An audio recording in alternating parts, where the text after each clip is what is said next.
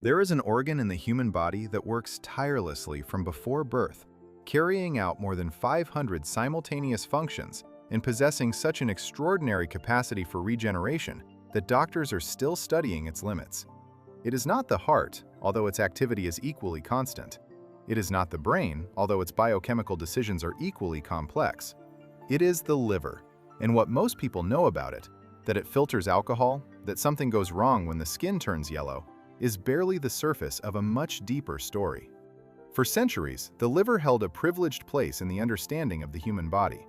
Physicians of antiquity, from Babylon to classical Greece, believed it to be the seat of the soul, the origin of blood, the center of life itself. Galen, the Roman physician whose teachings dominated Western medicine for more than 1,000 years, maintained that the liver was the most important organ in the body, even more so than the heart. He was wrong about its mechanisms, but his intuition that this organ was central to survival was not entirely mistaken. The irony is that it took us more than 16 centuries to understand exactly why. To appreciate what the liver does, it is first necessary to understand where it lives and how it is constructed. Located in the upper right quadrant of the abdomen, partially protected by the rib cage, the adult liver weighs between 1.2 and 1.5 kilograms, making it the heaviest internal organ in the human body. Its dark red, almost maroon color is not decorative. It is a direct consequence of the enormous amount of blood it contains at all times. Under normal conditions, the liver holds approximately 450 milliliters of blood, around 10% of the total blood volume of an adult. Viewed from the outside, the liver presents two main lobes, the right, which is significantly larger, and the left. But this macroscopic description is only the beginning. Classical anatomy also recognizes two minor lobes, the caudate and the quadrate, visible on the posterior surface. However, modern medicine works with a different classification. In the 1950s, the French surgeon Claude Quinault described a functional division of the liver into 8 independent segments, each with its own arterial supply, venous drainage, and biliary system. This modular architecture has an enormous practical consequence. It allows surgeons to resect an affected segment without compromising the function of the rest. It is as if the liver were designed with surgery in mind. What makes the liver's circulation unique in the human body is something no other organ has: a double blood supply. The hepatic artery carries oxygenated blood from the heart, as with any organ. But the liver also receives, via the portal vein, all the blood draining from the digestive tract. This means that every time a person eats, the liver receives a stream of nutrients absorbed directly from the intestine before that blood reaches the rest of the body. The liver is, in functional terms, the first inspector that everything absorbed from the digestive system must pass, and it does so with unparalleled meticulousness. But to understand why the liver can do all that it does, one must go down to the tissue level. If a piece of liver is cut and examined under a microscope, a repetitive and orderly architecture is revealed. The basic structural unit is the hepatic lobule, a microscopic hexagon approximately 1 millimeter in diameter. In the center of each lobule is a central vein. At each vertex of the hexagon converge branches of the hepatic artery, the portal vein, and a bile duct, forming what is called the portal triad. Between these vertices in the center are arranged in radial rows the most important cells of the liver, the hepatocytes. Hepatocytes are cells of almost bewildering metabolic complexity. They represent only 60% of the cells of the liver, but carry out 90% of its functions. An individual hepatocyte can simultaneously perform protein synthesis, lipid metabolism, detoxification of substances, glycogen storage, and bile secretion. To achieve this, these cells are packed with mitochondria, the organelle that generates energy in greater quantities than almost any other cell in the body. They also contain a very dense network of smooth endoplasmic reticulum, the cellular structure specialized in the processing of lipids and in the chemical modification of potentially toxic substances. And here begins to reveal one of the most surprising aspects of liver biology. The liver does not treat all its hepatocytes in the same way. The cells located near the portal triads, in what is called the periportal zone, receive fresh, well-oxygenated blood. These cells are specialized in gluconeogenesis. That is, in producing glucose from non-sugar precursors, such as lactate or amino acids, and in the oxidation of fatty acids. The cells in the central zone of the lobule, on the other hand, work in lower oxygen conditions and are specialized in glycolysis, glycogen storage, and, crucially, the detoxification of drugs and chemicals. This geographical specialization within the liver is called metabolic zonation and constitutes one of the most elegant organizing principles in all of human physiology. Let's think about what this means in concrete terms. When a person fasts overnight, the liver detects the drop in blood glucose concentration. In response, the periportal hepatocytes begin to produce glucose again and release stored glycogen to keep the brain functioning. When that same person eats breakfast, the portal blood arrives loaded with glucose absorbed from the intestine. Now, the liver changes mode, taking in that glucose, converting it into glycogen for storage, or transforming it into triglycerides that are exported to the rest of the body. All this adjustment occurs in minutes, guided by hormonal signals, mainly insulin and glucagon produced by the pancreas, which the liver interprets with exquisite precision. Fat metabolism adds another layer of complexity. The liver not only stores and releases lipids, it manufactures, modifies, and packages them. Very low-density lipoproteins, known by their acronym VLDL, are particles manufactured in the liver that transport triglycerides to peripheral tissues. Over time, these particles are transformed into low-density lipoproteins, popularly called bad cholesterol. At the same time, the liver manufactures high-density lipoproteins, the good cholesterol, which collect excess cholesterol from the tissues and return it to the liver for elimination. In other words, the liver is the central director of lipid trafficking in the body. Liver dysfunction not only affects digestion, but also profoundly alters the blood lipid profile and, consequently, cardiovascular risk. However, the liver also produces something that goes far beyond energy metabolism. Approximately 90% of the plasma proteins in the human body are synthesized in the liver, including albumin, the most abundant protein in blood plasma, which maintains oncotic pressure, the force that retains water within the blood vessels. When the liver fails and stops producing enough albumin, water escapes from the capillaries and accumulates in the tissues and abdominal cavity, producing ascites, that characteristic abdominal swelling in patients with advanced cirrhosis. The liver also produces clotting factors, the proteins that allow blood to clot when there is an injury. A patient with severe liver failure not only has trouble digesting, but also bleeds easily and heals poorly, because the molecular tools for clotting simply are not being produced. Detoxification is perhaps the liver's best-known function, but also the most misunderstood.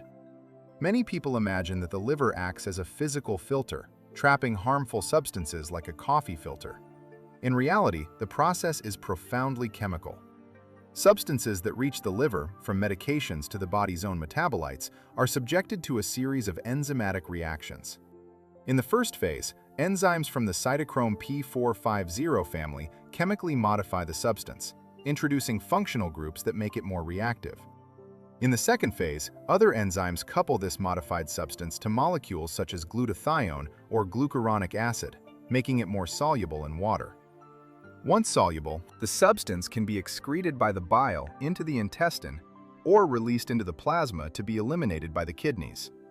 This two-phase detoxification system is the same mechanism that causes different people to respond differently to the same medications. Genetic variants in cytochrome P450 enzymes can accelerate or slow down the process considerably. Bile deserves special mention.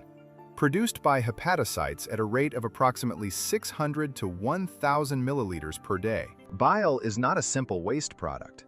It is an active solution containing bile salts, cholesterol, phospholipids, bilirubin, and water. Bile salts are responsible for emulsifying fats in the intestine, that is, breaking down large fat droplets into microscopic particles that pancreatic lipases can digest. Without bile, the absorption of fats and fat-soluble vitamins such as vitamin K, vitamin D, vitamin A, and vitamin E would be profoundly inefficient. After fulfilling their function in the intestine, Most bile salts are reabsorbed in the ileum and returned to the liver via the portal circulation to be reused. This entire hepatic cycle is a magnificent example of biological economy. The body reuses its tools instead of constantly manufacturing them from scratch. Bilirubin, the pigment that gives bile its greenish-yellow color, is actually the product of hemoglobin breakdown. When red blood cells age, generally after about 120 days of circulation, they are destroyed mainly in the spleen. The released hemoglobin breaks down into heme, which is transformed into unconjugated bilirubin, a water-insoluble and mildly toxic substance. The liver captures this bilirubin, conjugates it with glucuronic acid to make it soluble, and excretes it in the bile. When this process is disrupted, either because red blood cells are destroyed too quickly, because the liver cannot conjugate the bilirubin, or because the bile cannot flow properly, bilirubin accumulates in the blood and is deposited in the tissues, turning the skin and the whites of the eyes yellow. This is jaundice, a sign that physicians throughout history have recognized as a warning signal from the body. Among the liver cells, hepatocytes do not work alone. There are at least 4 additional cell types that play critical roles. Kupffer cells are the liver's resident macrophages. They detect and engulf bacteria. Dead cells and foreign particles arrive from the digestive tract via the portal vein. They are a fundamental part of the body's first line of immune defense. Hepatic stellate cells, also called Edo cells, store vitamin A under normal conditions. But when the liver suffers chronic injury, they become activated and begin to produce excess collagen, leading to fibrosis and eventually cirrhosis. Sinusoidal endothelial cells line the capillaries of the liver and have a fenestrated structure with small perforations that allow the free exchange of substances between the blood and the hepatocytes. And bile duct cells, or cholangiocytes, form the system of tubes that transports bile from the hepatocytes to the intestine. Liver regeneration is undoubtedly the most amazing aspect of this organ. If up to 70% of a rat's liver is removed in a laboratory, the remaining tissue begins to proliferate almost immediately, and the liver regains its original mass in about 2 weeks. In humans, the process is slower, but the principle is the same. This is possible because mature hepatocytes, unlike most adult cells in the body, retain a remarkable capacity to divide. They are normally at rest, in a quiescent state. But after injury or resection, molecular signals such as hepatocyte growth factor and interleukin-6 reactivate them and trigger proliferation. This capacity has enormous practical implications in medicine.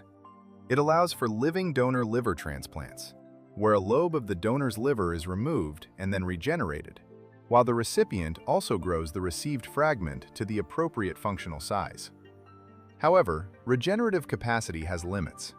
Chronic inflammation, whether caused by viruses such as hepatitis B or hepatitis C, excessive alcohol consumption, fat accumulation in the context of non-alcoholic fatty liver disease, or other causes, creates an environment in which regeneration is overwhelmed by scarring. Activated stellate cells continuously deposit collagen, and functional tissue is progressively replaced by fibrous tissue. The end result is cirrhosis, a state in which the normal architecture of the liver has been destroyed and replaced by nodules of scar tissue. Cirrhosis, unlike many early liver injuries, is not reversible in most cases with current treatments. Although research in this field remains active, non-alcoholic fatty liver disease deserves special attention because it has become a silent pandemic.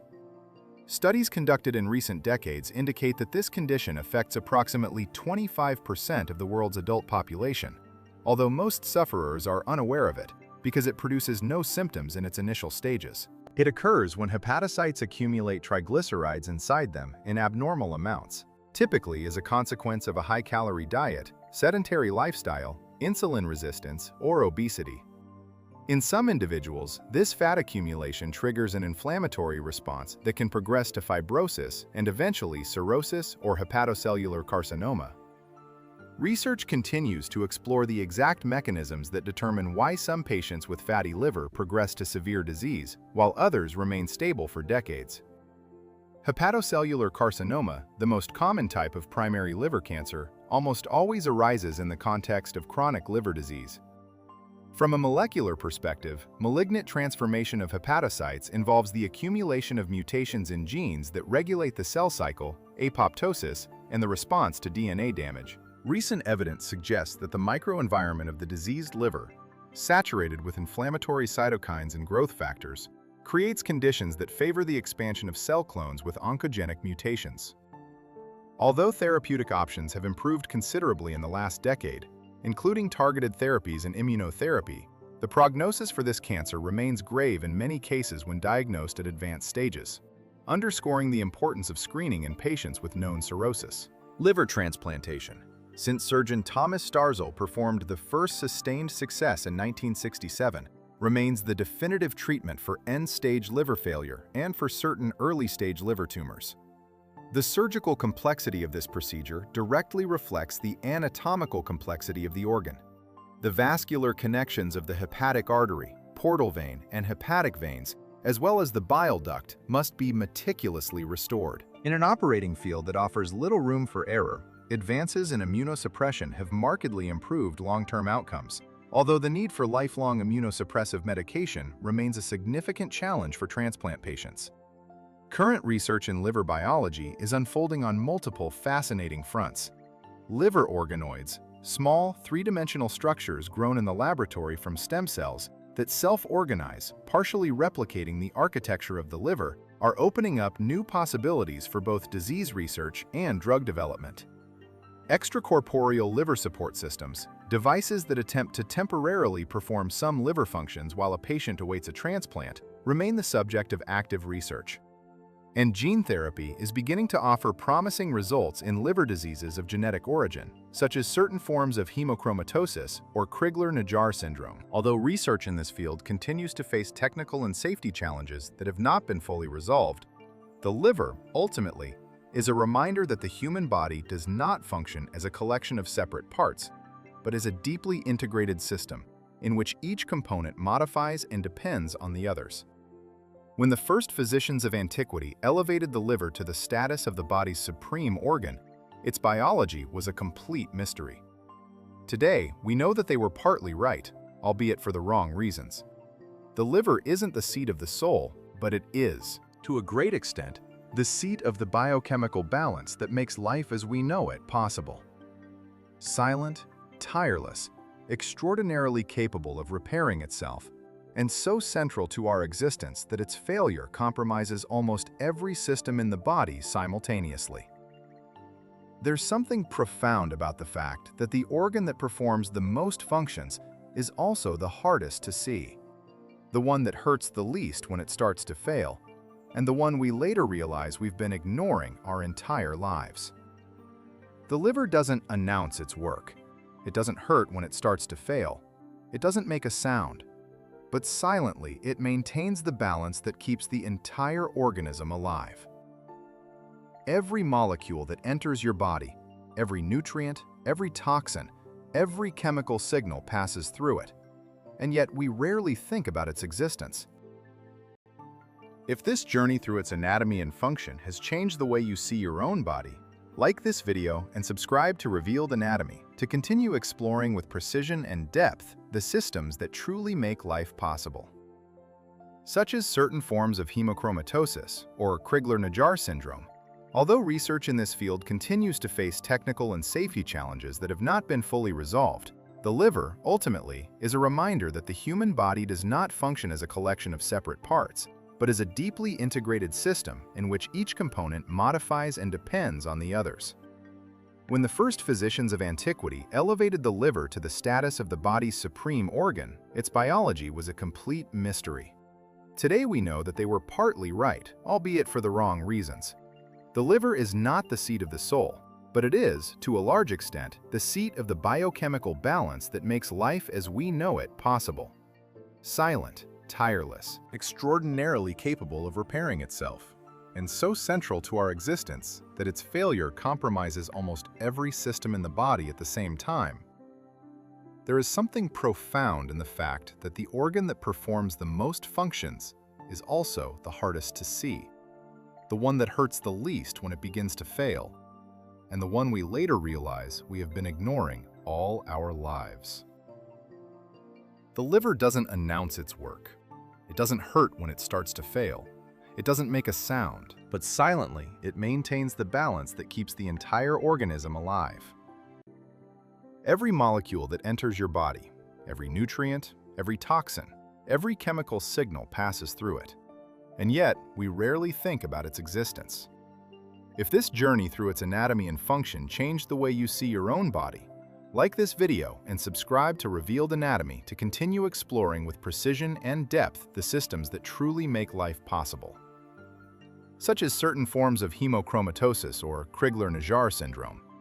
Although research in this field continues to face technical and safety challenges that have not been fully resolved, the liver, ultimately, is a reminder that the human body does not function as a collection of separate parts, but as a deeply integrated system in which each component modifies and depends on the others. When the first physicians of antiquity elevated the liver to the status of the body's supreme organ, its biology was a complete mystery. Today, we know that they were partly right, albeit for the wrong reasons. The liver is not the seat of the soul, but it is, to a large extent, the seat of the biochemical balance that makes life as we know it possible. Silent, tireless, extraordinarily capable of repairing itself, and so central to our existence that its failure compromises almost every system in the body at the same time. There is something profound in the fact that the organ that performs the most functions is also the hardest to see, the one that hurts the least when it begins to fail, and the one we later realize we have been ignoring all our lives. The liver doesn't announce its work. It doesn't hurt when it starts to fail. It doesn't make a sound. But silently, it maintains the balance that keeps the entire organism alive. Every molecule that enters your body, every nutrient, every toxin, every chemical signal passes through it, and yet we rarely think about its existence. If this journey through its anatomy and function changed the way you see your own body, like this video and subscribe to Revealed Anatomy to continue exploring with precision and depth the systems that truly make life possible. But silently, it maintains the balance that keeps the entire organism alive. Every molecule that enters your body, every nutrient, every toxin, every chemical signal passes through it, and yet we rarely think about its existence.